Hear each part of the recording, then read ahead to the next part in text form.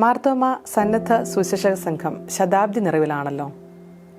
സന്നദ്ധ സുവിശേഷക സംഘത്തിൻ്റെ ആദ്യ ജനറൽ സെക്രട്ടറി ആയിരുന്ന മൂത്താമ്പാക്കൽ കൊച്ചുകുഞ്ഞുപദേശിയുടെ ചില ഗാനങ്ങൾ കൂട്ടിച്ചേർത്ത് നോർത്ത് അമേരിക്കൻ ഭദ്രാസനത്തിലെ ഡാലസ് ഫാർമേഴ്സ് ബ്രാഞ്ച് ഇടവക ഒരുക്കിയ ഗാനസന്ധ്യയുടെ ചില ദൃശ്യങ്ങൾ നമുക്ക് ദർശിക്കാം.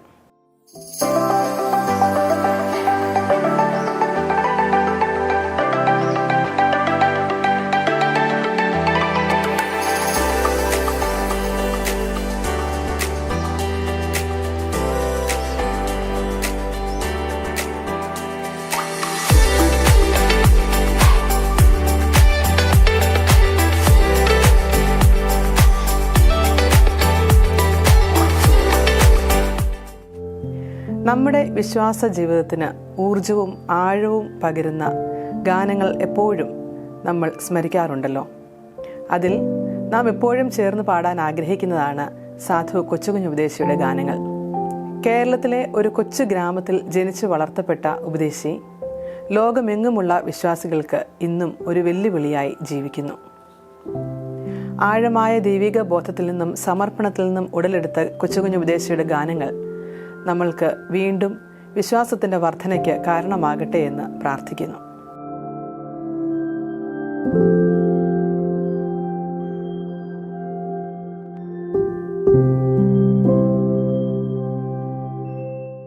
അരക്കാശിന് വിലയില്ലാതെ, തല ചായ്ക്കുവാൻ പോലും സ്ഥലമില്ലാതെ ഈ ഭൂതലത്തിൽ വന്നു പാർത്ത യേശുവിൻ്റെ ജീവിതത്തെക്കുറിച്ചുള്ള ഗാനമാണ് ആദ്യമായി നാം ശ്രവിക്കുന്നത്. കഷ്ടതയുടെ തീച്ചൂളയിൽ വേദനയിലൂടെ കടന്നു പോകുമ്പോൾ തൻ്റെ ജീവിതത്തെ ദൈവത്തിൻ്റെ രൂപത്തോട് സദൃശ്യമാക്കുകയാണ് ഉപദേശി ഈ ഗാനത്തിലൂടെ ചെയ്യുന്നത്. യേശുക്രിസ്തുവിൻ്റെ ജനനവും ജീവിതവും മരണവും ഉയർത്തെഴുന്നേൽപ്പും ഈ ഗാനത്തിലൂടെ ഉപദേശി വിവരിക്കുന്നു. സെഹ്യോൻ മാർത്തോമ ചർച്ച് ഗായക സംഘം ആലപിക്കുന്നു, കർത്താവേ നിൻ രൂപം എനിക്ക് എല്ലായ്പ്പോഴും പ്രത്യാശയാണ്.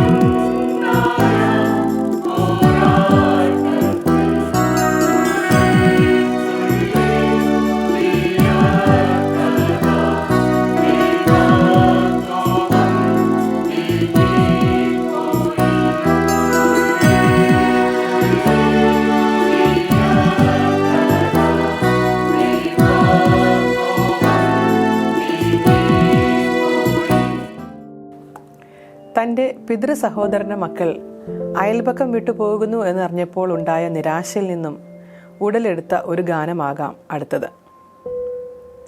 ഈ ലോകത്തിൽ ദൈവം ആർദ്രവാനായി ജീവിക്കുമ്പോൾ ഞാൻ വിഷമിക്കേണ്ട ഒരു കാര്യവുമില്ല. എൻ്റെ നിത്യമായിട്ടുള്ള സഹോദരന്മാർ ദേവദൂതന്മാരാണ് എന്ന് ഉപദേശി ഈ പാട്ടിലൂടെ വരച്ചു കാട്ടുന്നു. നമുക്കും ജീവിതത്തിൽ നമ്മൾ ആശ്രയിക്കുന്ന പലരും നമ്മെ വിട്ടുപോകുമ്പോൾ നമുക്ക് സഹായകമായി, നമുക്ക് രക്ഷയായി ദൈവത്തിൻ്റെ ദൂതന്മാർ കാവലായി ഉണ്ട് എന്ന് ഈ ഗാനം നമ്മെ വീണ്ടും ഉറപ്പിക്കുന്നു. എൻ്റെ ദൈവം മഹത്വത്തിൽ ആർദ്രവാനായി ജീവിക്കുമ്പോൾ സാധു ഞാൻ ഈ ക്ഷോണി തന്നിൽ ക്ലേശിപ്പാൻ ഏതും കാര്യമില്ല എന്ന് വീണ്ടും നമ്മെ ഓർമ്മിപ്പിക്കുന്ന ഒരു ഗാനം നമുക്ക് ശ്രവിക്കാം.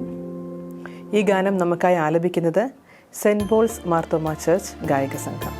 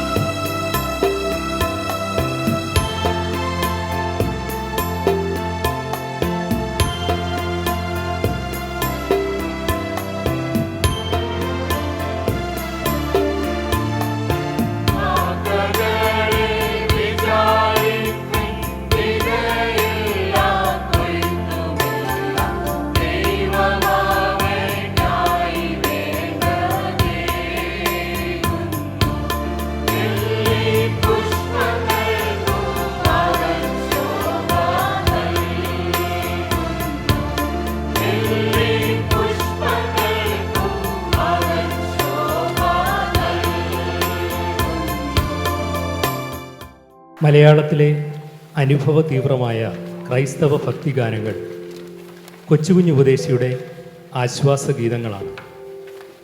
കഠിനമായ പീഡാനുഭവത്തിലൂടെ കടന്നുപോയ ഒരു ഘട്ടത്തിൽ ഒരു ബന്ധു ശീലയും കൊണ്ട് മുഖം മറച്ച് നടന്നുപോയി. എല്ലാവരും പാരിൽ കണ്ടും കാണാതെയും പോകുന്നവർ എന്ന തിരിച്ചറിവ് മനസ്സിൽ നിറഞ്ഞപ്പോൾ തുളുമ്പിയതാണ് അടുത്ത ഗാനം. Saint Paul's Marthoma Church choir ആലപിക്കുന്ന രണ്ടാമത്തെ ഗാനം എൻ്റെ ദൈവം സ്വർഗസിംഹാസനം തന്നിൽ എന്നിൽ കനിഞ്ഞെന്നെ ഓർത്തിടുന്നു.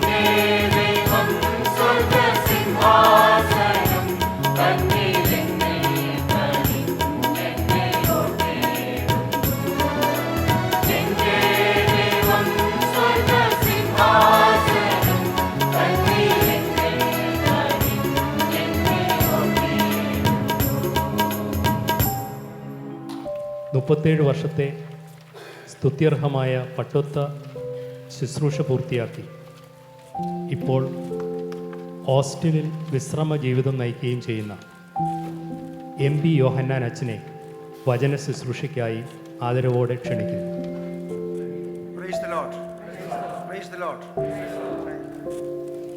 Respected Achans, members of the choir, four churches in Dallas Center, dear brothers and sisters, greetings to you all in the name of our Lord Jesus Christ.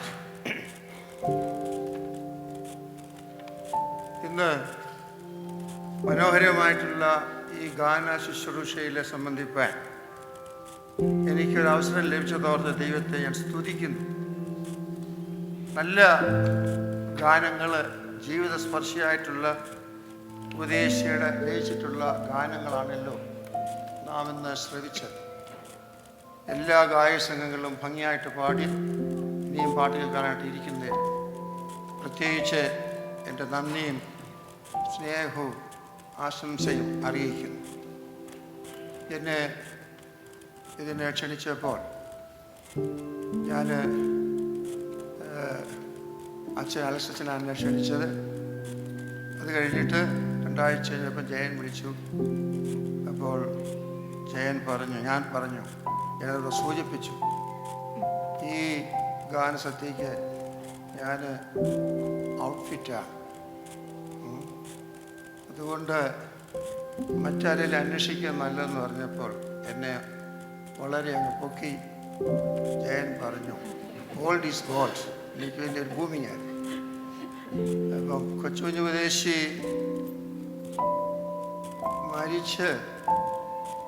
മരിക്കുന്നതിന് മുൻപ് മരിച്ച സമയത്ത് ജനിച്ചിരിക്കുന്നുണ്ട്. 1945 നവംബറിലാണ് കൊച്ചുകുഞ്ഞു ഉപദേശി മരിക്കുന്നത്. അപ്പോൾ അദ്ദേഹം മരിക്കുന്നതിന് ഞാൻ ജനിച്ചു. അദ്ദേഹത്തിൻ്റെ സമീപ ദേശക്കാരനാണ്. കേട്ടിട്ടേ ഉള്ളൂ, കണ്ടിട്ടൊന്നും ഇല്ല. കൊച്ചു പയ്യനായിരുന്നു. അപ്പോൾ ഞാൻ ഇതിന് ഇപ്പോൾ ഫിറ്റാണോ സംശയിക്കുക. നല്ല മനോഹരമായ പാട്ട്, സ്കിറ്റ്, ഇതിൻ്റെ എല്ലാം കേട്ടപ്പോൾ ഞാൻ ആകെപ്പാടെ കൺഫ്യൂഷനായി. അപ്പോൾ 3 പ്രസംഗം പ്രസംഗിക്കണമല്ലോ ചിന്തയാണ്. 1 നൂറ്റാണ്ടിൻ്റെ പ്രസംഗം, 2 കൊച്ചുകുഞ്ഞുപദേശ പ്രസംഗം, പിന്നെ 3 മെസ്സേജ്. അപ്പോൾ ഇതൊക്കെ ഞാൻ ഒരുങ്ങിക്കൊണ്ടാണ് വന്നത്.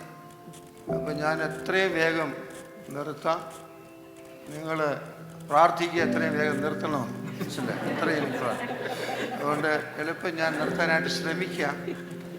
ജയൻ പറഞ്ഞു 8:15 ഞാൻ നിർത്തേണ്ടതെന്ന് പറഞ്ഞു. ഇന്ന് പാട്ട് 3 കേൾക്കാനിരിക്കുക. അപ്പോൾ അതിന് മുമ്പ് സാധിക്കട്ടെ, ദൈവം അത്ഭുതം പ്രവർത്തിക്കട്ടെ എന്ന് ഞാൻ ആഗ്രഹിക്കുകയാണ്. മാർത്തോമാ സന്നദ്ധ സുവിശേഷക സംഘത്തിൻ്റെ ശതാബ്ദിയോടനുബന്ധിച്ച് സാധു കൊച്ചുകുഞ്ഞു ഉപദേശിയുടെ ലൈഫ് ആൻഡ് വിറ്റ്നസ് അനുസ്മരിച്ച് ഒരു സംഗീത സായാഹ്നം പാർമീസ് ബ്രാഞ്ച് ഇടവുക എന്ന് ക്രമീകരിച്ചതോർത്ത് ഞാൻ ദൈവത്തെ സ്തുതിക്കുന്നു. പ്രത്യേകിച്ച് ഈ ഇടവ മിഷനെ അഭിനന്ദിക്കുന്നു. അലക്സച്ചനെയും എബിയച്ചനെയും സെക്രട്ടറി ജയനെയും ഇടവമിഷൻ്റെ എല്ലാ ചുമതലക്കാരോടും നന്ദിയും സന്തോഷവും ഞാൻ പ്രത്യേകിച്ച് അറിയിക്കുകയാണ്. ഒരിക്കലും അണഞ്ഞു പോകാത്ത സുവിശേഷ തീഷ്ണതയുണ്ടായിരുന്ന ഏബ്രഹാം മാർത്തോമാ മെത്രാപ്പോലീത്ത സ്ഥാപിച്ച ഒരു പ്രസ്ഥാനമാണല്ലോ ഇടവക മിഷൻ, അല്ലെങ്കിൽ മാർത്തോമാ സന്നദ്ധ സുവിശേഷക സംഘം. നമുക്കതിൻ്റെ വ്യത്യാസം, സുവിശേഷ പ്രസംഗ സംഘമുണ്ട്, ഇതിനകത്ത് സന്നദ്ധ സുവിശേഷ ഒരു കായുടെ കൂടിയിട്ടുണ്ട്. മനസ്സിലായി? സന്നദ്ധ സുവിശേഷക സംഘം വല്ലപ്പോഴും നമുക്കെല്ലാം തെറ്റിപ്പോകുന്ന ഒരു പ്രശ്നമാണ്. അപ്പോൾ ഇത് അദ്ദേഹത്തിൻ്റെ വലിയ ദർശനം എന്ന് പറയുന്നത് എവരി മാർത്തോമൈറ്റ് ഈസ് എ മിഷണറി. അവിടെ ആയിരിക്കുന്ന സ്ഥാനത്ത് ഈ പ്രസ്ഥാനത്തിൻ്റെ മോട്ടോ എന്ന് പറയുന്നത് you will be witness, my witness. അപ്പോസ്തല പ്രവൃത്തി 1:8 വാക്യമാണ്. അതായത് നിങ്ങൾ പരിശുദ്ധാത്മാവിന് വരുമ്പോൾ നിങ്ങൾ എൻ്റെ സാക്ഷികളാകും എന്നുള്ളതാണ്. അതിനാൽ സാക്ഷികളായിരിക്കാൻ ദൈവം നമ്മെ ഇവിടെ വിളിച്ചിരിക്കുകയാണ്. 7 പ്രോഗ്രാമാണല്ലോ ഇടവ മിഷനുള്ളത്. ഞാൻ വിവരിക്കുന്നില്ല, എല്ലാവർക്കും അറിയാം. അപ്പോൾ 7 7 ഫോൾഡ് പ്രോഗ്രാം ഇടവയിൽ നടത്തുവാനായിട്ട് ഉള്ള ഇടവയുടെ ഒരു യൂണിറ്റാണ് ഇടവ മിഷൻ അഥവാ പാരിഷ് മിഷൻ എന്നുള്ളത്. ഇടവയുടെ യൂണിറ്റാണ്. ഇടവ മിഷനിലെ സംഘടന നമ്മുടെ ഇവിടെ സൺഡേ സ്കൂളുണ്ട്, യൂണിവേഴ്സിറ്റി ഉണ്ട്, സേവിയാസംഘം, സീനിയർ സിറ്റിസൺ എല്ലാം ഉണ്ട്. എന്നാൽ ഇടവ മിഷനിൽ എല്ലാവർക്കും സംബന്ധിക്കാവുന്ന പ്രസ്ഥാനം ആപാലവൃത്തം എല്ലാവർക്കും 18 വയസ്സുള്ളവർക്ക് ആക്റ്റീവ് മെമ്പറാണ്. അപ്പോൾ എല്ലാവർക്കും സംബന്ധിക്കാവുന്ന ഒരു പ്രസ്ഥാനമാണ് ഇടവ മിഷൻ എന്നുള്ളത് നമ്മൾ എല്ലായ്പ്പോഴും ഓർത്തിരിക്കേണ്ടത്. അത്രയും ഇതിൻ്റെ ഇവിടെ ഓർപ്പിച്ച് കഴിഞ്ഞതാണ്. ഇതിൻ്റെ ആദ്യ പ്രസിഡൻ്റായിട്ട് അരൂരച്ചൻ, CP ഫിലിപ്പച്ചൻ, ആദ്യ സെക്രട്ടറി ആയിട്ട് കൊച്ചുഞ്ഞ് ഉപദേശി, ഇതിൻ്റെ ട്രാവലിംഗ് സെക്രട്ടറി ആയിട്ട് കോളാകോട്ട് CJ ജോൺ ഉപദേശി. ഇത്രയും പേരായിരുന്നു. ഭാഗ്യവശാൽ 1958 ഒരു 3 മാസം എനിക്ക് കൊമ്പാടിയിൽ പഠിക്കാൻ സൗകര്യം കിട്ടി. അന്ന് കോളാകോട്ട് CJ ജോൺ ഉപദേശിയാണ് അവിടുത്തെ വാർഡ്. അദ്ദേഹത്തിൻ്റെ കീഴിൽ ചില പരിശീലനം കിട്ടിയത് വളരെ നന്ദിയോടെ ഓർക്കുകയാണ്. എൻ്റെ മിനിസ്ട്രിയെ വളരെ സ്വാധീനിച്ച ഒന്നാണ് ഇടവ മിഷൻ. DBSും ഇടവ മിഷനുമാണ് എൻ്റെ മിനിസ്ട്രിയിലേക്ക് വരാനായിട്ടുള്ളൊരു മുഖാന്തരമായി തീർന്നത്. അതോർത്ത് ഞാൻ ദൈവത്തെ സ്തുതിക്കുന്നു. അപ്പോൾ സാധു അത് നൂറ്റാണ്ടിനെ കുറിച്ചുള്ള അല്പം നിർത്തുക. ഈ സാധു കൊച്ചുണ്ണി ഉപദേശത്തെക്കുറിച്ച് നമ്മൾ പലതും കേട്ടു, പാട്ടും എല്ലാം കേട്ട് സന്തോഷിച്ച് ഇരിക്കുകയാണ്. അദ്ദേഹത്തിൻ്റെ പ്രൊഫൈൽ പറയുമ്പോൾ ഇടയാറുമ്പുഴ മൂത്താമ്പാക്കൽ കുടുംബത്തിൽ 8 മക്കളിൽ അവസാനത്തെ പുത്രനായിട്ട് ജനിച്ച ആളാണ് കൊച്ചുണ്ണി ഉപദേശി. മൂത്ത മകന് 2 ആൺപിള്ളേരും 6 സഹോദരികളായിരുന്നു. മൂത്ത മകൻ പമ്പാനദിയിൽ മുങ്ങി മരിച്ചുപോയി. പിന്നെ 6 സിസ്റ്റേഴ്സും ഉപദേശിയും കൂടെ, കൊച്ചുകുഞ്ഞും കൂടെ. അപ്പം സാമ്പത്തികമായിട്ട് പരാധീന ആ ഭവനത്തിലുണ്ടായിരുന്നു എന്നുള്ളതാണ്. ഉപദേശിയെക്കുറിച്ച് പറയുമ്പോൾ സാമ്പത്തിക പരാധീനതയൊക്കെ മാറ്റുവാനായിട്ട് അദ്ദേഹം അല്പം കൃഷി ചെയ്തു, അല്പം ഒരു തുണിക്കച്ചവടം നടത്തി, അങ്ങനെയൊക്കെ ജീവിച്ചു വരികയാണ്. 12ാമത്തെ വയസ്സ് അദ്ദേഹം വിവാഹത്തിനായി. അപ്പം ശിശു വിവാഹം നടക്കുന്ന കാലഘട്ടം. 12ാമത്തെ വയസ്സിൽ വിവാഹിതനായിട്ട് അദ്ദേഹം ഏതാണ്ട് 17ാമത്തെ വയസ്സിൽ സുവിശേഷ പ്രവർത്തനങ്ങളിൽ പ്രവേശിച്ചു എന്നുള്ളതാണ് അദ്ദേഹം. അങ്ങനെ ഇരിക്കുമ്പോൾ ഉപദേശിയുടെ കുടുംബം ദൈവവേലയ്ക്ക് വേണ്ടി സമർപ്പിക്കപ്പെട്ടൊരു കുടുംബമായിരുന്നു. ഉപദേശിയുടെ ഒഫീഷ്യൽ നെയിം ഇവിടെ ഇരിക്കുന്ന ആർക്കെങ്കിലും അറിയാമോ? MI വർഗീസ് എന്ന ചോദിക്കുന്നത്. MI വർഗീസ്, കൊച്ചുകുഞ്ഞെന്ന് പറഞ്ഞാൽ MI വർഗീസ് എന്ന ഉപദേശിയുടെ ഒഫീഷ്യൽ നെയിം. അപ്പോൾ ഉപദേശിയുടെ കുടുംബം ദൈവവേലയ്ക്ക് വേണ്ടി സമർപ്പിക്കപ്പെട്ട ഒരു കുടുംബമായിരുന്നു. 3 മക്കളുണ്ട് ഉപദേശിക്ക്. മൂത്ത മകന് സുവിശേഷ വേലയ്ക്ക് വേണ്ടി പ്രതിഷ്ഠിച്ചു ഫുൾ ടൈം. 2ാമത്തെ മകൻ ശൗമേൽ കുട്ടി കർഷക വേലയ്ക്ക് വേണ്ടി സമർപ്പിച്ചു. 3ാമത്തെ മകള് മറിയാമ്മ സുവിശേഷ വേലയ്ക്ക് വേണ്ടി സമർപ്പിക്കപ്പെട്ടു. എന്നാൽ ശൗമേൽ കുട്ടി 9ാമത്തെ വയസ്സിൽ മരിച്ചു. അത് ഉപദേശിക്ക് വലിയൊരു ആഘാതമായി പോയി എന്നുള്ള. മകൻ മരിച്ചു എന്നുള്ള വാർത്ത ഉപദേശം ഒരു കൺവെൻഷനിൽ പ്രസംഗിക്കുമ്പോഴാണ് അറിയുന്നത്. കുറിപ്പ് കൊടുത്തു, ഒരു ദുഃഖവാർത്തയുണ്ടെന്ന് പറഞ്ഞു. ഉപദേശി പ്രസംഗം നിർത്തിയില്ല, കംപ്ലീറ്റ് പ്രസംഗിച്ചു. അത് കഴിഞ്ഞിട്ടാണ് ഉപദേശി വീട്ടിലേക്ക് മടങ്ങിയെത്തുന്നതാണ് പറയുന്നത്. അപ്പോൾ ആ മകൻ്റെ 9ാമത്തെ വയസ്സിൽ മരിച്ച ശമൂവേൽ കുട്ടിയെ കണ്ട്, ഡെഡ് ബോഡി കണ്ടിട്ട് ഉപദേശി എഴുതിയ പാട്ടാണ് ഏറ്റവും ഫേമസ് ആയിട്ടുള്ള. ഇപ്പോൾ ആരും പാടിയേക്കുവാൻ, ദുഃഖത്തിൻ്റെ പാനപാത്രം കർത്താവിൻ്റെ കയ്യിൽ തന്ന സന്തോഷത്തോടെ അത് വാങ്ങി ഹല്ലേലൂയ പാട്ട്, ജീവിതാനുഭവങ്ങൾ കൂടി. അപ്പോൾ ഈ ഉപദേശി ഏതാണ്ട് നല്ല ഒരു ഗാന രചയിതാവ്, നല്ല ഒരു പ്രസംഗകൻ, നല്ല ഒരു ഗായകന്, ഏതാണ്ട് 210 ആശ്വാസ ഗീതങ്ങൾ അദ്ദേഹം പാടിയിരുന്നു. ഒരു ലാറ്റിൻ പ്രോവർബ് പറയുന്നത്, ഒരു പാട്ടെന്ന് പറയുന്നത് 2 പ്രാർത്ഥനയ്ക്ക് തുല്യമാണ്. ഒരു പാട്ട് 2 പ്രാർത്ഥനയ്ക്ക് തുല്യമാണ്. ക്രിസ്തീയ വിശ്വാസത്തിലെ പാട്ടിന് വളരെ പ്രാധാന്യമുണ്ട്. വേദപുസ്തകം കഴിഞ്ഞാൽ പിന്നീട് ഗാനമാണ് ക്രിസ്തീയ വിശ്വാസം പ്രകടിപ്പിക്കാനായിട്ടുള്ള ഏറ്റവും വലിയൊരു മുഖാന്തരം എന്നുള്ളത് നമ്മൾ ഓർത്തിരിക്കേണ്ടതത്രേ.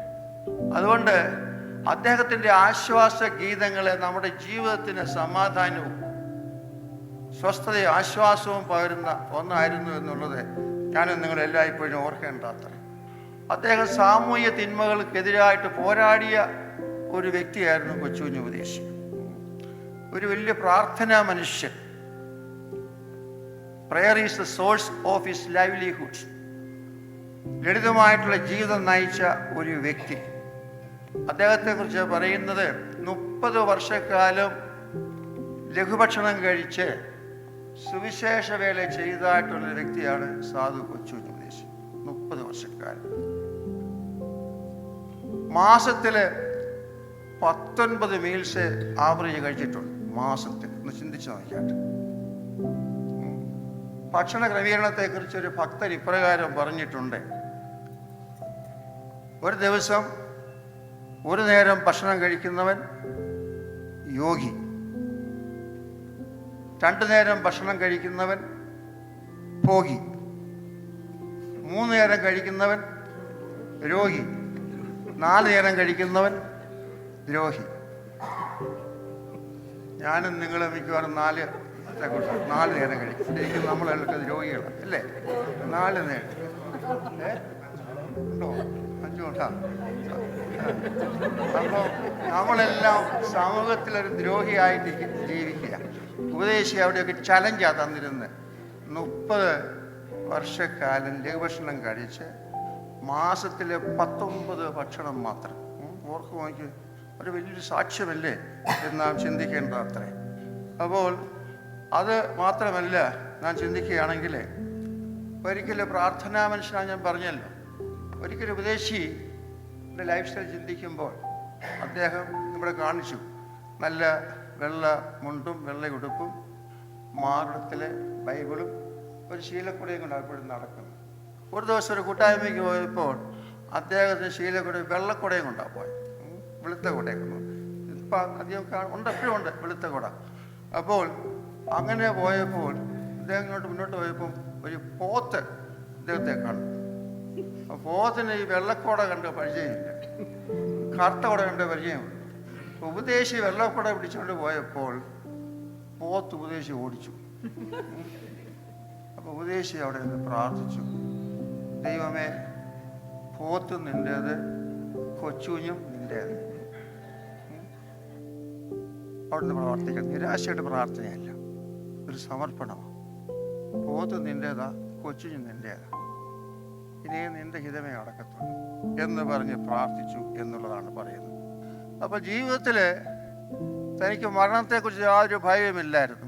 ഇവിടെ നിന്ന് ചില പാട്ടുകളൊക്കെ കേട്ട് വളരെ വളരെ സ്പർശിച്ചതായിട്ടുള്ള പാട്ടുകളായിരുന്നു. അപ്പോൾ മരണത്തെക്കുറിച്ച് ഭയമില്ലായിരുന്നു. അദ്ദേഹം പറഞ്ഞു, മരിക്കുമ്പോൾ ആരും കരയരുത്, our home is in heaven, അതുകൊണ്ട് എപ്പോഴും പ്രിപ്പയർ ചെയ്തുകൊണ്ടിരിക്കണമെന്ന് പറഞ്ഞു. 1945 നവംബർ 30-നാണല്ലോ അദ്ദേഹം മരിക്കുക. കാരണം 62 വയസ്സ് ജീവിച്ച് നവംബർ 30 അദ്ദേഹം മരിച്ചു. മരിക്കുന്നതിന് മുൻപ് അദ്ദേഹം എഴുതിയ ഒരു പാട്ടാണ് ഇവിടെ പാടുമായിരിക്കുമെന്ന് തോന്നാറില്ലല്ലോ. അതായത് ചേർന്നിടുമേ വേഗം, അതിന് പാടുമോ? ഞാനും ആ കൂട്ടത്തിൽ നിന്നുള്ള അത് കഴിഞ്ഞ് ആ പാട്ടൊക്കെ കഴിച്ചതിന് ശേഷം അദ്ദേഹം മരിക്കുന്നു. ചേർന്നിടുമേ ഞാനും വേഗം കൂട്ടത്തിൽ നിന്നുള്ള പാട്ട് ശുദ്ധത ചേരുവാനായിട്ട് പാടുമെന്നുള്ള ആ പാട്ട് പാടിയിട്ടാണ് ശേഷമാണ് അദ്ദേഹം മരിക്കുന്നത്. അപ്പോൾ ജീവിതത്തിലെ സാമ്പത്തിക പരാധീനതയിൽ കൂടി കടന്നുപോയ ഒരു ഭക്തനായ മനുഷ്യൻ ഇന്ന് ഫാർമേഴ്സ് ബ്രാഞ്ച് ഈ സംഗീത സായാഹ്നം ഉപദേശിയുടെ ജീവിതത്തെ സ്മരിച്ചുകൊണ്ട് ക്രമീകരിച്ചതിൽ ഞങ്ങൾ വളരെ അഭിനന്ദിക്കുകയാണ്. നന്നായിട്ട് ഇത്രയും പേര് വന്നു. ഇതിപ്പം നമ്മുടെ യേശുദാസിൻ്റെയോ ചിത്രയുടെയോ ഉഷാവുദിപ്പിൻ്റെ ഗാനമേളയായിരുന്നുവെങ്കിൽ ഇവിടെ എങ്ങും നിൽക്കാനൊക്കത്തില്ല അല്ലേ? അപ്പം ഇത് ഗാനമേളയല്ല, അച്ഛൻ പറഞ്ഞു ഗാന ശുശ്രൂഷയാണ്, ആരാധനയാണ്. അപ്പം ഗാനമേളയ്ക്കല്ല നമ്മൾ വരുന്നത്, ഗാന ശുശ്രൂഷ ജീവിതത്തെ സ്പർശിക്കുന്നതാണ്. ആ സ്പർശിക്കുന്ന പാട്ടുകളാണ് നമ്മൾ ഇന്ന് പാടിയെന്നുള്ളത് പ്രത്യേകിച്ച് ഓർക്കേണ്ടത്. അതുകൊണ്ട് ഉപദേശിയുടെ ജീവിതം എന്ന് പറയുന്നത് സുവിശേഷാനുസൃത ജീവിതമായിരുന്നു. അദ്ദേഹത്തെക്കുറിച്ച് പറയുന്നത് he is the fifth gospel.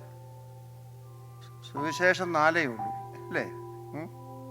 ഉപദേശിയെക്കുറിച്ച് പറയുമ്പോൾ 5ാമത്തെ സുവിശേഷം. അവിടെ നമ്മൾ കൊച്ചുകുഞ്ഞ് ഉപദേശിയുടെ ലൈഫ് ആൻഡ് വിറ്റ്നസിനെ കുറിച്ച് ധ്യാനിക്കുന്ന ഈ സമയത്ത് let us think about us. Am I a fifth gospel? Gospel എന്ന് പറയുന്നത് 4 എണ്ണമാണ്. യേശുവിൻ്റെ ജീവിതം, പ്രവർത്തനം, കഷ്ടപ്പാട്, ക്രൂശീകരണം, ഉയർപ്പിനെയൊക്കെ സൂചിപ്പിക്കുന്നതാണല്ലോ ആദ്യത്തെ 4 സുവിശേഷം. അപ്പോൾ ആ യേശുവിൻ്റെ നമ്മൾ ഓരോരുത്തരും 5ാമത്തെ സുവിശേഷകരായിട്ട്, സുവിശേഷമായിട്ട്, you are the fifth gospel എന്നുള്ളത് ഞാനും നിങ്ങളും ഓർക്കേണ്ട അത്രേ. അതുകൊണ്ട് കൊച്ചുകുഞ്ഞ് ഉപദേശിയുടെ ജീവിതത്തിൻ്റെ മുൻപാകെ, അദ്ദേഹത്തിൻ്റെ ഭക്തി ജീവിതത്തിൻ്റെ മുൻപാകെ നമ്മളെ സമർപ്പിക്കുന്ന ഒരു സമയമായിട്ട് ഇതെടുക്കണമെന്ന് പ്രത്യേകമായിട്ട് ഞാൻ ആമുഖമായിട്ട് ഓർപ്പിച്ചുകൊണ്ട് ആ ഭാഗം ഞാൻ വിടുകയാണ്. ഇനിയും ആണ് എൻ്റെ മെസ്സേജിലേക്ക് പ്രവേശിക്കുന്നത്. എത്രയും വേഗം അവസാനിപ്പിക്കാനായിട്ട് ശ്രമിക്കാം. അത് ഇന്നത്തെ എൻ്റെ മെസ്സേജിൻ്റെ മെയിനായിട്ടുള്ള theme, what is the mission of the church? സഭയുടെ ദൗത്യം എന്തെന്നുള്ള, ലിവിങ് ദ ഗോസ്പല, സുവിശേഷാനുസൃതമായി ജീവിക്കുക, അതാണ് സഭയുടെ ദൗത്യം, ലിവിങ് ദ ഗോസ്പൽ. അതിന് ഞാൻ കീ വേഴ്സായിട്ട് എടുത്തിരിക്കുന്നത് വിശുദ്ധ പത്രോസ് എഴുതിയ 1-ാം ലേഖനം 2-ാം അധ്യായം 9-10 വാക്യങ്ങൾ. 1 Peter 2nd chapter verse 9 and 10. നിങ്ങളോ അന്ധകാരത്തിൽ നിന്ന് തൻ്റെ അത്ഭുത പ്രകാശത്തിലേക്ക് നിങ്ങളെ വിളിച്ചവൻ്റെ സൽഗുണങ്ങളെ ഘോഷിക്കത്തവണ്ണം തിരഞ്ഞെടുക്കപ്പെട്ട ഒരു ജാതിയും രാജകീയ പുരോഹിത വർഗവും വിശുദ്ധ വംശവും സ്വന്തം ജനവുമാകുന്നു. മുൻപേ നിങ്ങളെ ജനമല്ലാത്തവർ, ഇപ്പോഴോ ദൈവത്തിൻ്റെ ജനം.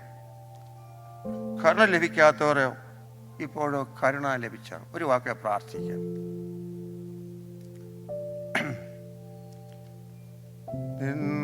വചനം ധ്യാനിക്കുമ്പോൾ എൻ ഹൃദയം ആശ്വസിക്കും. കൂരിരുളേ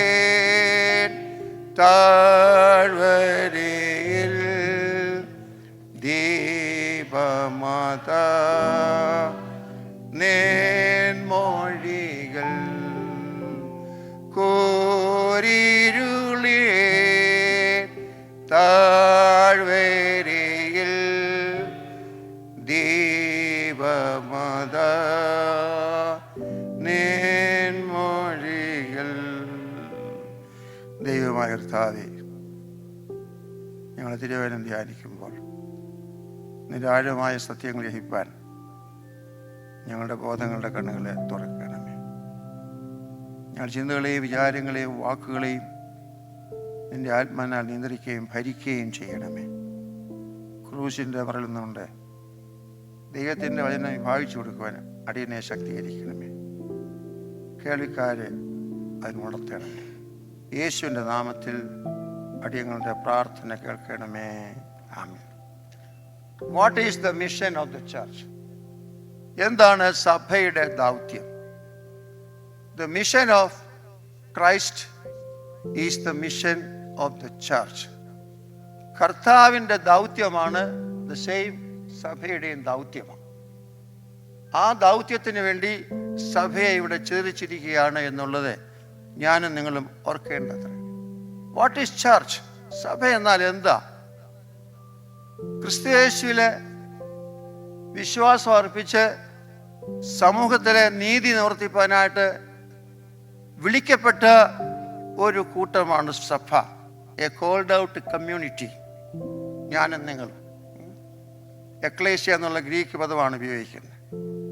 അപ്പോൾ പുതിയ നിയമ കാഴ്ചപ്പാടിൽ, പത്രോസിൻ്റെ കാഴ്ചപ്പാടിൽ സഭയെക്കുറിച്ച് പറയുന്നത് അതാണ്. ഈ ലേഖനത്തെ അവന് വായിച്ച്, നിങ്ങളോ ആരാണ്? അന്ധകാരത്തിൽ നിന്ന് വിളിക്കപ്പെട്ടവർ. You are called from darkness to where? എവിടത്തേക്കാ?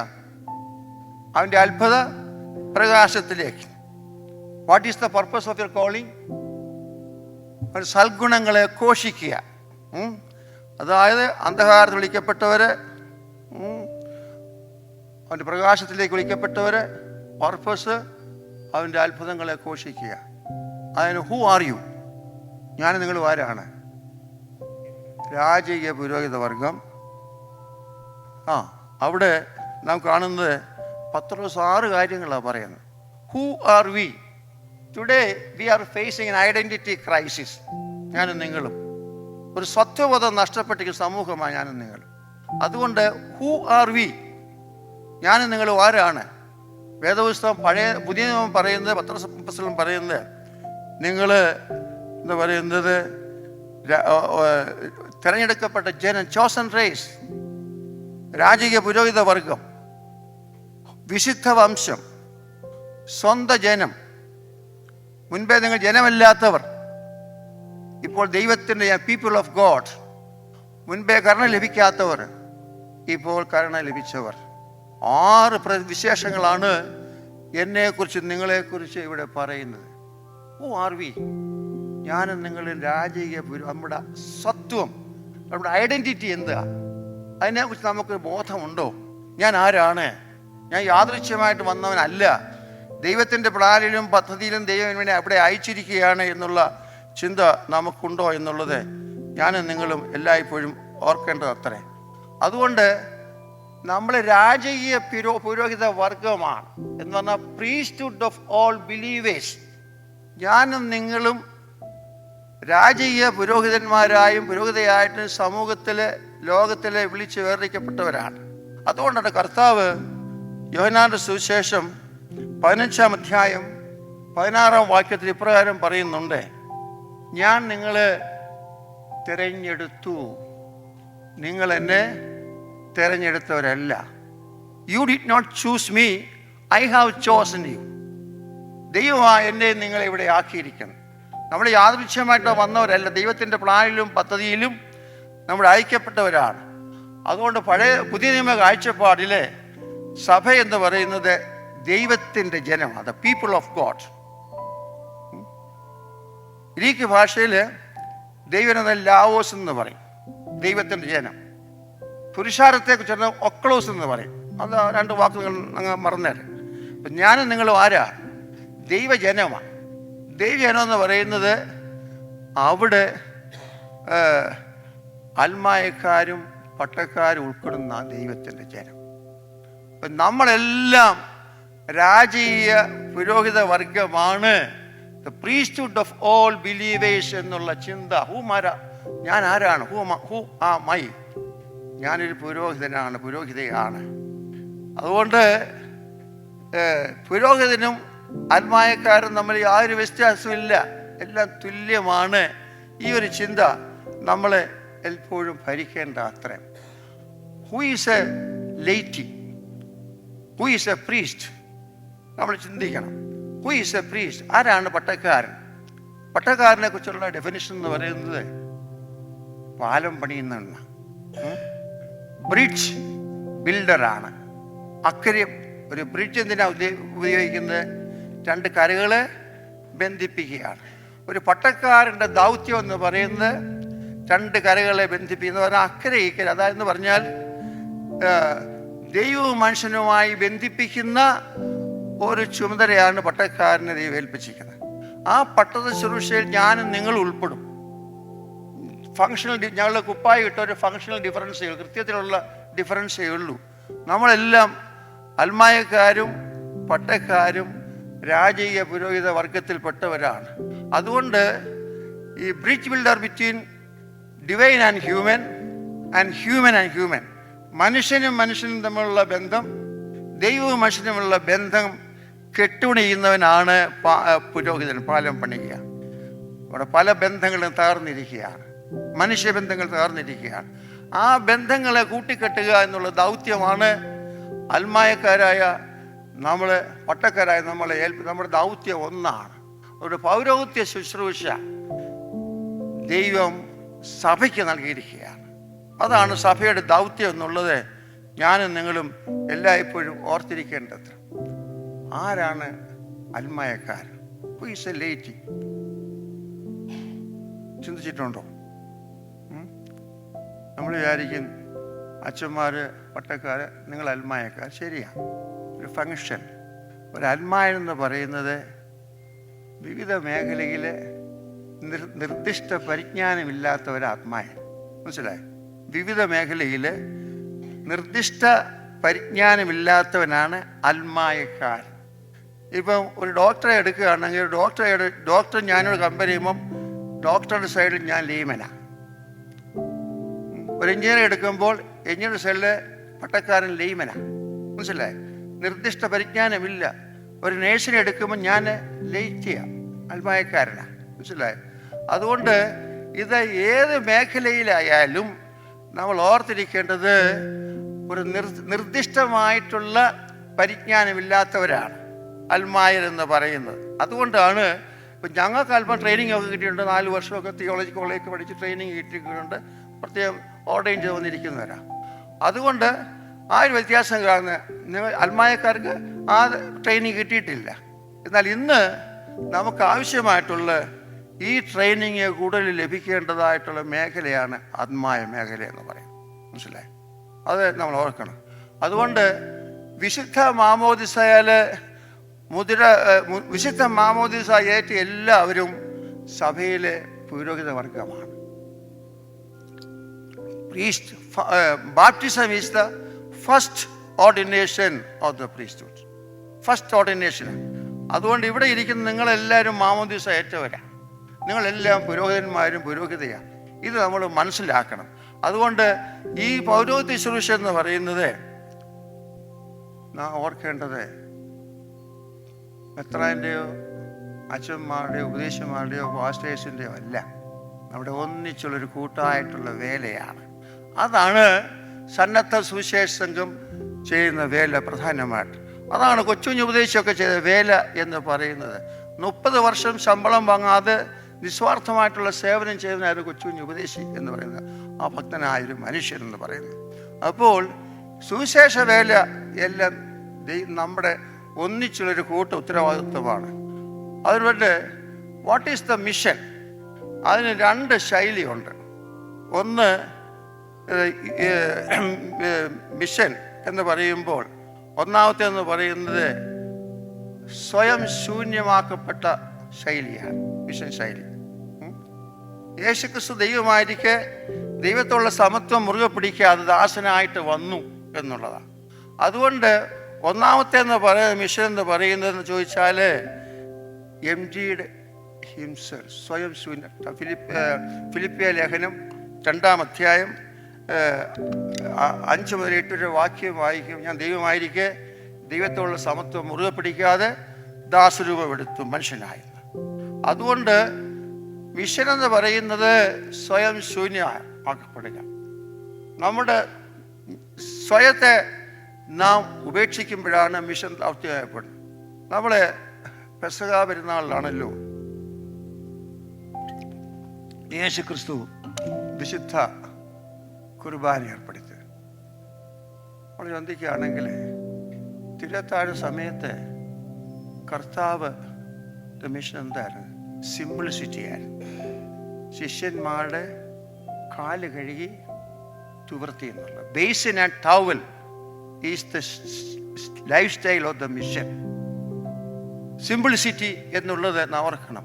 കർത്താവ് അയക്കുമ്പോൾ പറഞ്ഞു, അവരെ 2 അയക്കുമ്പോൾ നിങ്ങൾ വഴിയിൽ പൊക്കണവും വടിയും പേഴ്സും ഒന്നും എടുക്കരുത്, ടെലിഫോൺ അന്ന് ഇതൊന്നും സെൽഫോണൊന്നും ഇല്ല, എന്തായാലും പറഞ്ഞേനെ, വാലിറ്റ് എടുക്കരുത്, വാട്സപ്പ് എടുക്കുന്നത് പറഞ്ഞു, അന്ന് പറഞ്ഞില്ല, എല്ലാത്തോണ്ട് ബാക്കിയൊക്കെ പറഞ്ഞു. അതുകൊണ്ട് ഇതെടുക്കരുത്, സിംപ്ലിസിറ്റിയാണ്. യേശു ശിഷ്യന്മാരുടെ കാല് വ്യാഴാഴ്ച തിരുവത്താഴ് സമയത്ത് കഴുകി, കാല് കഴുകി. ആ ശുശ്രൂഷ. പിറ്റേ ദിവസം നാം കാണുന്നത് എന്താണ്? പീലാത്തോസ് എന്തോ ചെയ്തു? കൈ കഴുകി. ഡിഫറൻസ് ഒന്ന് മനസ്സിലാക്കണം. യേശു എൻ്റെയും നിങ്ങളുടെയും കാല് കഴുകി, പിറ്റേ ദിവസം പീലാത്തോസ് കൈ കഴുകി. നമ്മളൊക്കെ പലപ്പോഴും പീലാത്തോസ്, ഞാനും നിങ്ങളും പീലാത്തോസിൻ്റെ ഭാഗത്തേക്കുന്നവരാണ്, കൈ കഴുകുന്നവരാണ്. മിഷൻ്റെ ശൈലി, ബേസിൻ ആൻഡ് ടവൽ, ഇതാണ് മിഷൻ്റെ ശൈലി എന്ന് പറയുന്നത്. അത് സ്വീകരിക്കാൻ സാധ്യതയില്ല. നമ്മൾ പലപ്പോഴും കൈ കഴുകുന്നവരാണ്. ഞങ്ങൾ ഈ ദേശക്കാരെയല്ല, എനിക്ക് ചുമതലയില്ല എന്ന് പറഞ്ഞ് രണ്ടിടത്തും വെള്ളം ഉപയോഗിച്ച്, മനസ്സിലായി, ഇവിടെയും കൈ കഴുകി. അതല്ല മിഷൻ. കാൽ കഴിയുന്നതാണ്, സർവീസാണ് മിഷൻ എന്ന് പറയുന്നത്. അതിനാ ദൈവം നമ്മളെ ഇവിടെ വിളിച്ചിരിക്കുന്നത്. രണ്ടാമത്തെ മിഷൻ്റെ പർപ്പസ് എന്ന് പറയുന്നത് ചോദിച്ചാൽ, മിഷൻ്റെ ഉദ്ദേശം, പർപ്പസ് ഓഫ് മിഷൻ എന്ന് പറയുന്നത്, കർത്താവ് പറയുന്നു, നിങ്ങൾക്ക് ജീവൻ ഉണ്ടാകുവാനും സമൃദ്ധിയായ ജീവൻ ഉണ്ടാവാനും ഞാൻ വന്നിരിക്കുന്നു. സമൃദ്ധിയായുള്ള ജീവൻ ലോകത്ത് നൽകിയ അച്ഛൻ ഓർപ്പിച്ചു. ഇവിടെ ഉപദേശിയുടെയൊക്കെ പ്രസംഗമൊക്കെ ഒരു പ്രോസ്പിരിറ്റി അല്ലായിരുന്നു, തിയോളജി അല്ലായിരുന്നു, സമൃദ്ധിയുടെ സുവിശേഷമല്ലായിരുന്നു. പിന്നെ എന്താ? ക്രൂസിന്റെ സുവിശേഷമാണ്, കഷ്ടതയുടെ സുവിശേഷമാണ്. ഗോസ്പൽ ഓഫ് ദ ക്രോസ് ആയിരുന്നു, മെസ്സേജ് ഓഫ് ദ ക്രോസ് ആണ് കർത്താവ് നൽകിയത്. ആയതിനാൽ നമ്മുടെ കർത്തൃ പ്രാർത്ഥനയിൽ നാം പ്രാർത്ഥിക്കും, സ്വർഗസ്ഥനായ പിതാവേ, നിന്റെ രാജ്യം വരയണമേ എന്നുള്ള. ദൈവരാജ്യം ഭൂമിയിൽ വരിക എന്നുള്ളതാണ് മിഷന്റെ ഉദ്ദേശം. ആ ഉദ്ദേശത്തിന് വേണ്ടിയാണ് സ്വർഗാരോഹണം ചെയ്യുന്നതിന് മുമ്പേ കർത്താവായ യേശു ക്രിസ്തു രണ്ട് വലിയ കമ്മീഷൻ, ഒരു നിയോഗം, അവസാന കൽപ്പന നൽകി. വിശുദ്ധ മത്തായിയുടെ സുവിശേഷം 28-ാം അധ്യായം 19-20 വാക്യങ്ങൾ. ലാസ്റ്റ് കമ്മീഷൻ, അന്ത്യ നിയോഗമാണ്. അതായത് പറഞ്ഞു, നിങ്ങൾ 2 മാൻഡേറ്റാണ് കർത്താവ് കൊടുത്തത്. ഒന്ന് evangelistic mandate, making disciples of all nation, എല്ലാവരെയും ശിഷ്യരാക്കുക എന്നുള്ള. എല്ലാവരെയും മാമോദിസ ക്രിസ്ത്യാനികളാക്കാനല്ല പറഞ്ഞ്, ഡിസൈപ്പിളാക്കുക എന്നുള്ള, ശിഷ്യന്മാരാക്കുക എന്നുള്ള കർത്താവ് പറഞ്ഞു. മതം മാറ്റാനല്ല പറഞ്ഞ്, എല്ലാവരെയും ശിഷ്യനാക്കി തീർക്കുക. ഇതാണ് സഭയുടെ ദൗത്യം എന്നുള്ളത്. അപ്പോൾ അതാണ് ഇവാഞ്ചലിസ്റ്റിക് മാൻഡേറ്റ് എന്ന് പറയുന്നത്. അതുകൊണ്ട് സുവിശേഷം അറിയിക്കുക എന്നുള്ളത് നമ്മുടെ ഒരു വലിയ ദൗത്യമാണ്. അതാണ് ഈ ഇടവ മിഷൻ്റെ വലിയൊരു ദൗത്യമാണ്. ഇതിപ്പോൾ നമ്മൾ ഇടവയിലൊക്കെ നോക്കുകയാണെങ്കിൽ, നാട്ടിലൊക്കെയാണ് മിക്കവാറും റിട്ടയർഡായിട്ടുള്ള ആൾക്കാരാണ് കൂടുതൽ വരുന്നത്. യങ്സ്റ്റേഴ്സ് ഒന്നും ഇല്ല എന്നുള്ള. ഇവിടെ പിന്നെ ഒരു മിഡിൽ ഏജ് ഒരുപാടൊക്കെ വരുന്നുണ്ട് കൂട്ടായ്മയ്ക്കായിട്ട്. അപ്പോൾ ഇത് പ്രായമുള്ളവരുടെ കൂട്ടമല്ല, എല്ലാവരുടെയും ഒരു കൂട്ടമാണ്. അതുകൊണ്ട് നമ്മൾ സുവിശേഷം അറിയിക്കുക.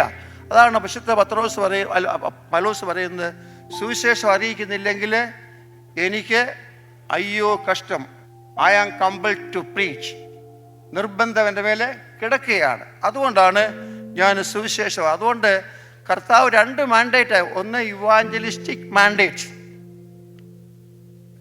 Make disciples of all Nations, എല്ലാവരെയും ശിഷ്യരാക്കുക. രണ്ടാമത്തെ മാൻഡേറ്റ് ആണ് പറയുന്നത് സോഷ്യൽ മാൻഡേറ്റ്. അതായത് ഞാൻ നിങ്ങളോട് കൽപ്പിച്ചതൊക്കെ പ്രമാണിപ്പാൻ തക്കവണ്ണം. എന്താ കർത്താവ് കൽപ്പിച്ചത്? ഞാൻ നിങ്ങളെ സ്നേഹിച്ചതുപോലെ നിങ്ങളും തമ്മിൽ സ്നേഹിക്കണം. Love in action. അതായിരുന്നു ഉപദേശിയുടെ വലിയൊരു ദർശനം എന്ന് പറയുന്നത്. Love in action. പ്രവൃത്തി കൂടാത്ത വിശ്വാസം നിർജ്ജീവമാണ്. Faith without works is dead എന്നാ പറയുന്നത്, നിഷ്ഫലം എന്നുള്ളതാണ്. അതുകൊണ്ട് പ്രവൃത്തി കൂടാത്ത വിശ്വാസം. അതിനാൽ നമ്മളോട് കർത്താവ് പറയുന്നത് ഫസ്റ്റ് മേക്ക് ദ ഡിസൈപ്പിൾസ്, എല്ലാവരെയും. അപ്പോൾ വൈ വി ആർ ഇവാഞ്ചലൈസിങ്, എന്തുകൊണ്ടാണ് നമ്മൾ സുവിശേഷം അറിയിക്കുന്നത്? കർത്താവ് നമ്മളോട് പറഞ്ഞതുകൊണ്ടാണ്. അതുകൊണ്ട് നോർത്ത് ഇന്ത്യയിലൊക്കെ പോയി നമ്മുടെ ആൾക്കാരൊക്കെ വെച്ച് കഷ്ടം അനുഭവിച്ച് സുവിശേഷം അറിയിക്കുക. നമുക്ക് വലിയ പ്രയാസമൊന്നുമില്ല. അപ്പോൾ സുവിശേഷം അറിയിപ്പാൻ കർത്താവ് നമ്മെ ഇവിടെ അയച്ചിരിക്കുകയാണ്. അതിൽ നമ്മൾ അഭിമാനം കൊള്ളുന്നുണ്ട്.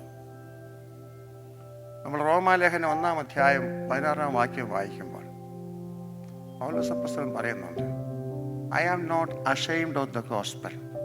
സുവിശേഷത്തെക്കുറിച്ച് എനിക്ക് ലജ്ജയില്ല. അതിൻ്റെ വേറൊരു ട്രാൻസ്ലേഷൻ എന്ന് പറയുന്നത് I am proud of the gospel. അതാ കുറച്ച് അർത്ഥമർത്താണ്. സുവിശേഷത്തെക്കുറിച്ച് അഭിമാനിക്കുന്നു എന്നുള്ള, ലജ്ജയില്ലെന്നുള്ളതല്ല, അഭിമാനം ഉണ്ടെന്നുള്ളതാണ്.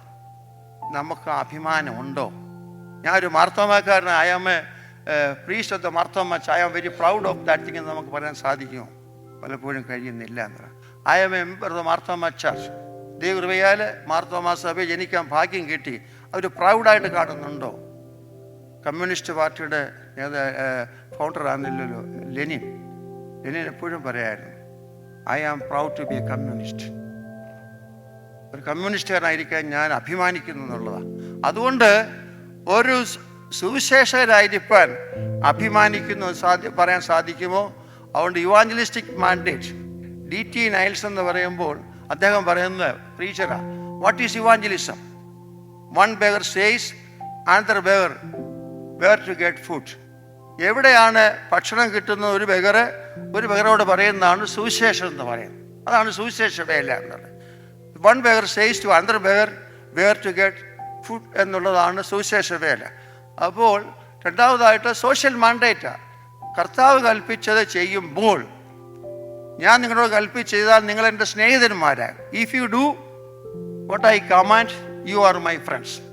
നിങ്ങൾ എൻ്റെ സ്നേഹിതരാകണമെങ്കിൽ ഞാൻ പറഞ്ഞത് നിങ്ങൾ ചെയ്യണം, ചെയ്യണം. അതാണ് സോഷ്യൽ മാൻഡേറ്റ്. അപ്പോൾ അന്ത്യനിയോഗത്തിൽ 2 കാര്യങ്ങളാണ് കർത്താവ് പറയുന്നത്. ഒന്ന് ഇവാഞ്ചലിസ്റ്റിക് മാൻഡേറ്റ്, സുവിശേഷം അറിയിക്കുക എന്നുള്ള ഓരോ വിശ്വാസി, ഓരോ ക്രിസ്ത്യാനിയുടെയും ഓരോ മാർത്തോമക്കാരൻ്റെയും വലിയൊരു ചുമതലയാണ്. അതിനാണ് സന്നദ്ധ സുവിശേഷ സംഘം എന്നുള്ളത് എബ്രഹാം മാർത്തോമ ആരംഭിച്ചത്. അപ്പോൾ നമ്മുടെ അലക്സാണ്ടർ മാർത്തോമ കാലം ചെയ്യുന്നതിന് മുമ്പേ കുമ്മനാട് ഹോസ്പിറ്റലിൽ കിടക്കുമ്പം ആൾക്കാർ വിസിറ്റ് ചെയ്യുമ്പം അദ്ദേഹം സംസാരിക്കാൻ പ്രയാസമായിരുന്നു. അപ്പോൾ ചെല്ലുന്ന് പറഞ്ഞ് അദ്ദേഹം കൈ പൊക്കിയിട്ട് 2 വിരൽ കാണിക്കും. 2 വിരൽ. അതിൻ്റെ അർത്ഥം എന്താണെന്ന് ചോദിച്ചാൽ 2 more for ജീസസ്. 2 പേരെ കൂടെ നേടിക്കുക, അതാ പറയാനുള്ളത്. അതുകൊണ്ട് അദ്ദേഹം പലപ്പോഴും പറയുമായിരുന്നു, mid-70s ഭാഗ്യവശാൽ നമുക്ക് ഇമിഗ്രേഷനൊക്കെ കിട്ടിയത്. സഭയ്ക്ക് സുവിശേഷം ഇവിടെ അയക്കാനായിട്ട് സാമ്പത്തിക ഭദ്രതയില്ല. അവിടെ നിങ്ങളെ ഓരോരുത്തരെയും സുവിശേഷകരായിട്ട് അമേരിക്കയിലെ ഗവൺമെൻറ്റോ പ്രൈവറ്റ് ഓർഗനൈസേഷനോ ശമ്പളം തന്നെ ഇവിടെ ആക്കിയിരിക്കുകയാണ് എന്നുള്ളതാണ്.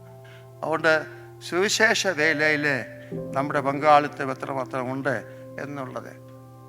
മദർ തെരേസയെക്കുറിച്ച് പറയുമ്പോൾ, മദർ തെരേസയുടെ മഹത്വം എന്ന് പറയുന്നത് ഓടയിൽ കിടന്നവൻ്റെ മുഖത്തെ കർത്താവിൻ്റെ രൂപം കണ്ടു എന്നുള്ള. ചെളിയിൽ കിടന്നവൻ്റെ മുഖത്തെ കർത്താവിൻ്റെ രൂപം കണ്ടു. അവനെ കൊണ്ടുപോയി ശുശ്രൂഷിച്ചു. നല്ല ഒരു അന്ത്യത്തിൽ മരിക്കാനായിട്ടുള്ള ഭാഗ്യം ഉണ്ടായെന്നുള്ള. മൂന്നാമതായിട്ട് നാം ഓർക്കേണ്ടത് മിഷൻ്റെ പർപ്പസ് എന്ന് ശക്തി എന്ന് പറയുന്നത്, പരിശുദ്ധാത്മാവ് നിങ്ങളുടെ മേൽ വരും. അപ്പോസ്തല പ്രവൃത്തി 1-ാം അധ്യായം 8-ാം വാക്യം. അപ്പോൾ നിങ്ങളെ ശക്തി പ്രാപിച്ച് യെരുശലേമിലും യഹൂദിയയിലും ശമരിയയിലും ഭൂമിയുടെ അറ്റത്തോളം എൻ്റെ സാക്ഷികളാകും.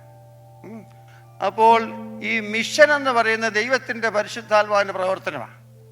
പരിശുദ്ധാത്മാ നിങ്ങളുടെ മേൽ വരുമ്പോഴാണ് നിങ്ങൾ ശക്തി പ്രാപിക്കുന്നത്. അപ്പോൾ എന്താ ചെയ്യേണ്ടത്? അവൻ്റെ സാക്ഷികളായിരിക്കുക. ഞാൻ നേരത്തെ ഓർപ്പിച്ചല്ലോ, സന്നദ്ധ സുവിശേഷ സംഘത്തിൻ്റെ മോട്ടോ എന്ന് പറയുന്നത് you will be the witness. നിങ്ങൾ എൻ്റെ സാക്ഷികളാണ്. എന്താ സാക്ഷി എന്ന് പറഞ്ഞാൽ, നമ്മൾ സാക്ഷി എന്നൊക്കെ പറയത്തില്ലേ? സാക്ഷി എന്ന് പറയുമ്പോൾ ഒരു സംഭവം കണ്ടവനായിരിക്കണം. അത് കേട്ട് അറിഞ്ഞത് എവിടെയും പറയാൻ ധൈര്യമുള്ളവനായിരിക്കണം സാക്ഷി. സാക്ഷി കണ്ടവനായിരിക്കണം, അത് കേട്ടതായിരിക്കണം, അത് അറിഞ്ഞതായിരിക്കണം, അത് പറയുന്നവനാണ്. അതുകൊണ്ട് പലപ്പോഴും നമ്മൾ കോടതിയിൽ പോകുമ്പോൾ സാക്ഷി തെളിവില്ല എന്ന് പറഞ്ഞ് പല കേസുകളും തട്ടിപ്പോകുന്നുണ്ട്. സാക്ഷി തെളിവ് പ്രധാനമായിട്ട്. അവിടെ സാക്ഷികളായിരിക്കുക എന്ന് പറയുന്നത് എന്താ? സാക്ഷി യേശു ക്രിസ്തുവിൻ്റെ ജീവിതം, പ്രവർത്തനം, ക്രൂശീകരണം, ഉയർത്തെഴുന്നേൽപ്പ്, 2ാം വരവ്, ഇതിനെക്കുറിച്ചുള്ള യഥാർത്ഥമായ ഉറപ്പുള്ളതാണ് കർത്താവിൻ്റെ സാക്ഷി എന്ന് പറയുന്നത്. സാക്ഷ്യം. ഈ സാക്ഷി, ഇതിനെക്കുറിച്ച് ഉറപ്പ് നമുക്ക് കാര്യമായിട്ടുണ്ടോ എന്നുള്ളത് ഞാനും നിങ്ങളും ഓർക്കേണ്ട അത്രേ നാം ചിന്തിക്കേണ്ടത്. ഒരു കാലത്ത് മാർത്തോമാ സഭ ഒരൽമായ നേതൃത്വമുള്ള സഭയായിരുന്നു. സന്നദ്ധത്തിൻ്റെ ആദ്യത്തെ പ്രസിഡന്റ് ഒരച്ഛൻ, സെക്രട്ടറി ഒരു ലെയ്മൻ, ട്രാവലിംഗ് സെക്രട്ടറി ലെയ്മൻ.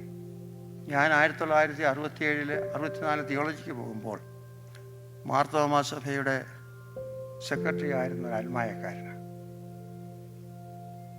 അയരുക്കുഴി റിട്ടയർഡ് ഏച്ചരിയാച്ചൻ. അദ്ദേഹമാണ് അവസാനത്തെ ലേ സെക്രട്ടറി ആയത്. അതിന് പല അൽമായക്കാർ സെക്രട്ടറിമാരുണ്ടായിരുന്നു. ഇന്ന് അൽമായ നേതൃത്വം സഭയിൽ നഷ്ടപ്പെട്ടിരിക്കുക. നമ്മുടെ മിനിസ്ട്രി അച്ഛൻ സെൻ്റാണ് മിനിസ്ട്രി. അച്ഛനും പള്ളിയുണ്ട്, അച്ഛനുണ്ടെങ്കിൽ പള്ളിയിൽ പോവുക. അച്ഛൻ്റെ കുപ്പായം കാണാനും അച്ഛനെ കാണാൻ വലിയ ഭക്തിയാണ് ജനങ്ങൾക്ക്. ഒരു അൽമായ നേതൃത്വം ഇന്ന് സഭയ്ക്ക് നഷ്ടപ്പെട്ടിരിക്കുകയാണ്. നമ്മൾ കെ കുരുള സാറിനെ നിങ്ങൾ കേട്ട് കാണും. കെ കുരുള സാറാണ് MT സെമിനാരിയുടെ ആദ്യത്തെ പ്രിൻസിപ്പലാണ്. അദ്ദേഹത്തെ 1910 എബ്രഹാം മാർത്തോമായുടെ കൂടെ മേൽപ്പെട്ടക്ക സ്ഥാനത്തേക്ക് തിരഞ്ഞെടുക്കപ്പെട്ട ആളാണ്. അദ്ദേഹം പിന്മാറി.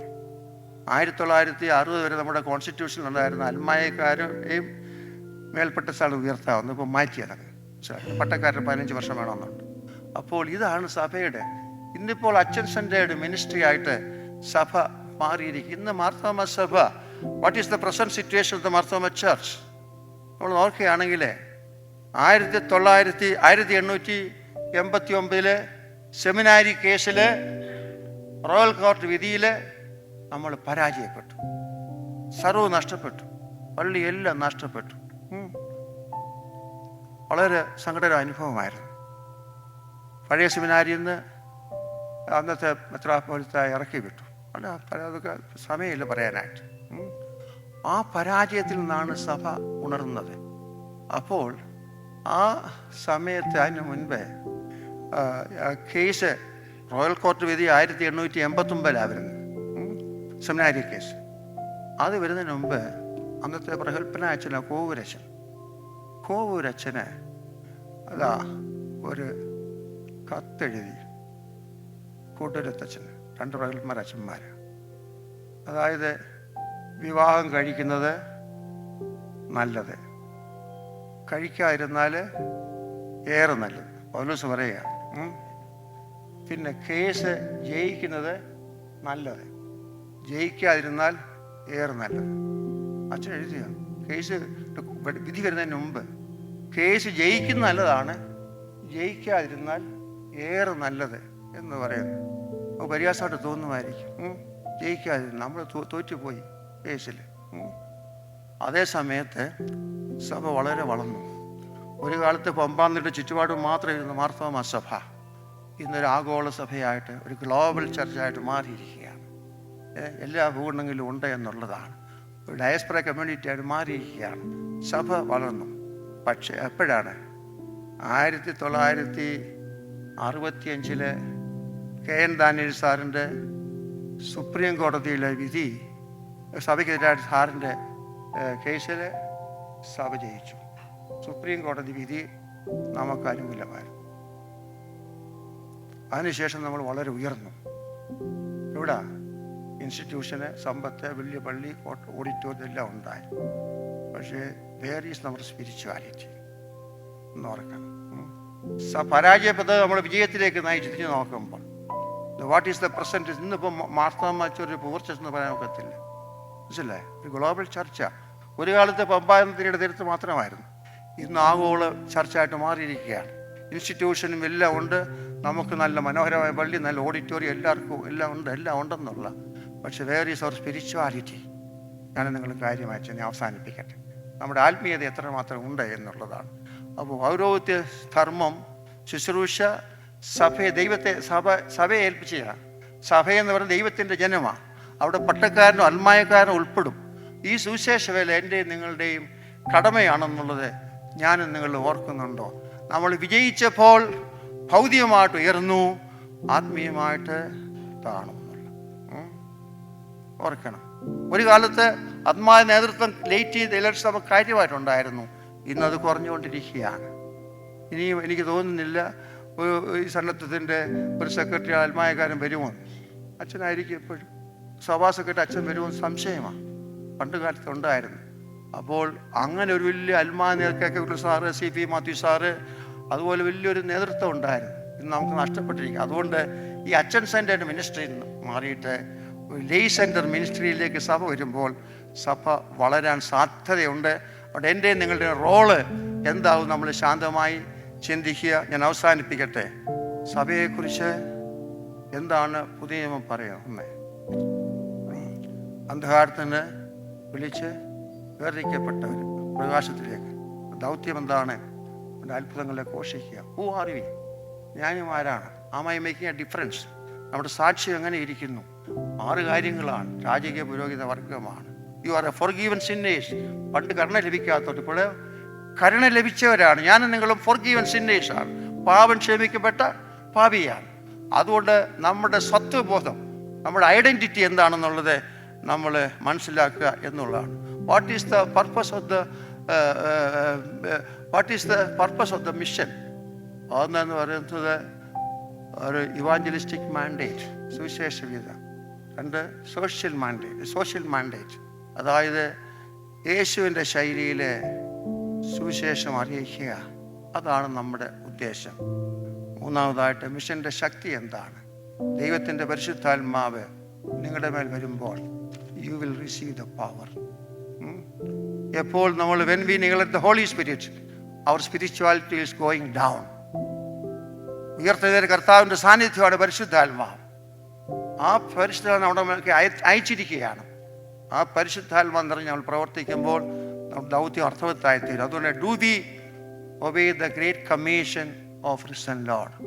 കർത്താവിൻ്റെ അന്ത്യകൽപ്പന, മേക്ക് ഡിസൈപ്പിൾസ്, സർവരെയും ശിഷ്യരായിക്കൊള്ളുക. ഞാൻ നിങ്ങളോട് കൽപ്പിച്ചത് പ്രമാണിക്കണം. കൽപ്പിച്ചെന്താണ്? ഞാൻ നിങ്ങളെ സ്നേഹിച്ചതുപോലെ നിങ്ങളെ സ്നേഹിക്കുക. ഞാൻ നിങ്ങളുടെ കാല് കഴിയതുപോലെ നിങ്ങളും കാല് കഴുകുക. കൈ കഴുകുകയല്ല, കാല് കഴുകുക. അവിടെയാണ് നമ്മുടെ വിറ്റ്നസ് അർത്ഥവത്. Am I making a difference? എന്തൊരു വ്യത്യാസമുണ്ടോ എന്നുള്ളത്. Are you a fifth gospel? ഞാൻ നിങ്ങളുടെ ആയിരിക്കുന്നിടത്ത് ഒരു 5ാം സുവിശേഷമായിട്ട് മാറുമ്പോൾ നമ്മുടെ ദൗത്യം അർത്ഥവത്തായിത്തീരും. എന്തെങ്കിലും നിൻ്റെ പരിശുദ്ധാത്മാ മുഖാന്തരം നമ്മെ സഹായിക്കുവാനാകട്ടെ. യേശുക്രിസ്തുവിൻ്റെ കരുതലിൻ്റെ മാനങ്ങൾ അവതരിപ്പിക്കുന്നതാകട്ടെ അടുത്ത ഗാനം. ഇതിനായി പ്രകൃതിയിലുള്ള പല സംഭവങ്ങളും ഉപദേശി ചേർത്ത് ഇണക്കുന്നു. ഒന്നാമതായി, തള്ളക്കോഴി തൻ്റെ കുഞ്ഞിനെ പരിപാലിക്കുന്നത് പോലെ തൻ്റെ ഭക്തനെ ദൈവം പരിപാലിക്കുന്ന ഉദാഹരണം ഉപദേശി ഈ ഗാനത്തിൽ പറയുന്നു. അടുത്തതായി, തനിയെ നടക്കുവാൻ ത്രാണിയില്ലാത്ത തൻ്റെ കുഞ്ഞിനെ മാതാപിതാക്കൾ ഒരിക്കലും വനത്തിലൂടെ കടത്തിവിടുകയില്ല എന്ന ഉദാഹരണം പറഞ്ഞു തരുന്നു. അതുപോലെ കഴുകൻ തൻ്റെ കുഞ്ഞുങ്ങളെ കൂടിളക്കി പറക്കുവാനായി പഠിപ്പിക്കുന്നത് പോലെ കുഞ്ഞുങ്ങൾ താഴേക്ക് വീണു പോകുമോ എന്ന് നോക്കുവാനായി താഴേക്ക് പറന്നു വന്ന് ചേർത്ത് അണയ്ക്കുന്നത് പോലെ എന്നുള്ള ഉദാഹരണങ്ങളിലൂടെ നമ്മളെ ദൈവം കരുതുന്ന വിധങ്ങൾ ഉപദേശി ഈ ഗാനത്തിലൂടെ വർണ്ണിക്കുന്നു. എന്നെനിക്കൻ ദുഃഖം തീരുമോ എന്നുള്ള ഗാനം നമുക്കായി അവതരിപ്പിക്കുന്നത് ഫാർമേഴ്സ് ബ്രാഞ്ച് മാർത്തോമാ ചർച്ച് ഗായക സംഘം.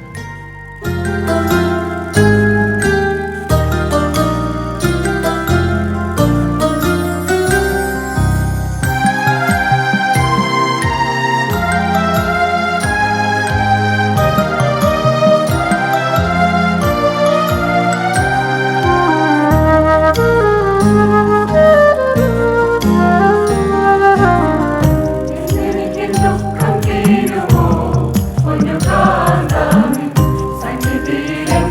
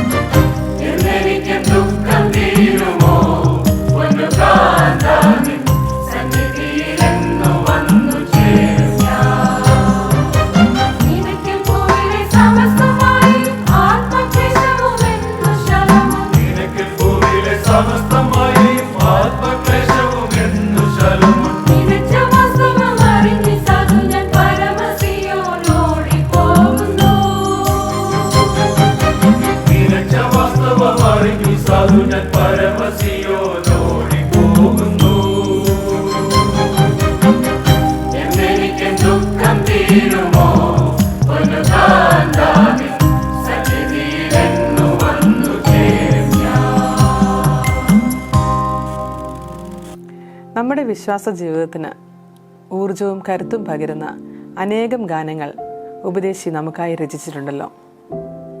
നമ്മുടെ ജീവിതത്തിൻ്റെ വ്യത്യസ്തങ്ങളായ അനുഭവങ്ങളിലൂടെ കടന്നു പോകുമ്പോൾ ഈ ഗാനങ്ങൾ നമുക്ക് ആശ്വാസം പകരുന്നു. അതുപോലെയുള്ള കുറച്ച് ഗാനങ്ങളുമായി നമുക്ക് മുൻപിൽ എത്തുന്നു കരോൾട്ടൺ മാർത്തോമാ ഗായക സംഘം. ഇനിമേൽ എനിക്കില്ലോർ ഭയം, ആനന്ദമുണ്ട് എനിക്ക് ആനന്ദമുണ്ട്, ക്രൂശിന്മേൽ ക്രൂശിന്മേൽ എൻ്റെ ദൈവം മഹത്വത്തിൽ. ഈ ഗാനങ്ങൾ നമുക്ക് ശ്രമിക്കാം.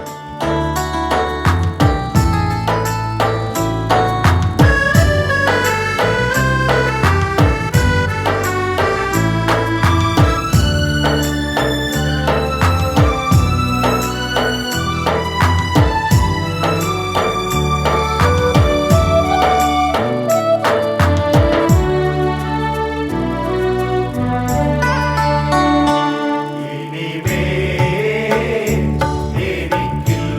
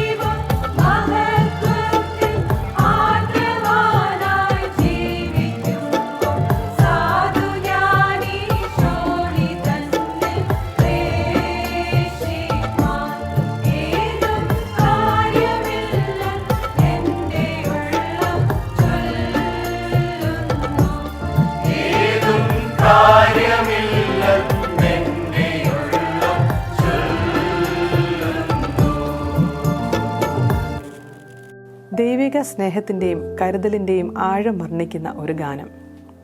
കർത്താവിൻ്റെ കൃപയോടെ ഈ ഭൂമിയിൽ ജീവിക്കുവാൻ, ഭൂലോകമായയിൽ വീഴാതെ ഇരിക്കുവാൻ എന്നെ സഹായിക്കണമേ എന്ന് ഈ ഗാനത്തിലൂടെ ഉപദേശി പ്രാർത്ഥിക്കുന്നു. രണ്ടാം വരവിൽ തന്നെ മാറോടണച്ച് തൻ്റെ സങ്കടം തീർക്കുന്ന ഒരു കർത്താവിനെ ഉപദേശി ഈ ഗാനത്തിലൂടെ വർണ്ണിക്കുന്നു. ഈ ഗാനം നമുക്കായി ആലപിക്കുന്നു സെഹ്യോൻ മാർത്തോമ ചർച്ച് ഗായക സംഘം.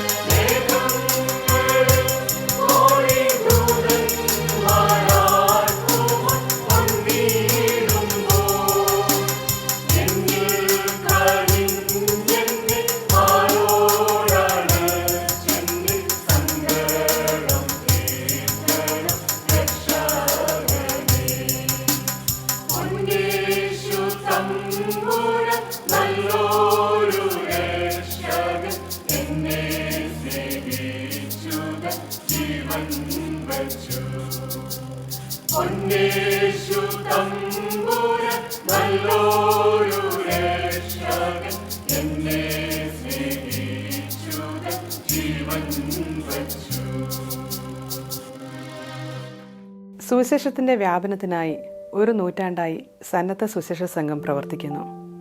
ഈ ശതാബ്ദി വർഷത്തിൽ പുറത്തിറക്കിയ ശതാബ്ദി ഗാനം നമുക്കൊന്ന് ശ്രമിക്കാം. ഒരു നൂറ്റാണ്ടിൻ്റെ കഥ പറയുന്ന ഈ ഗാനം രചിച്ച് സംഗീതം പകർന്നിരിക്കുന്നത് ശ്രീ ജോർജ് വർഗീസ് ആണ്.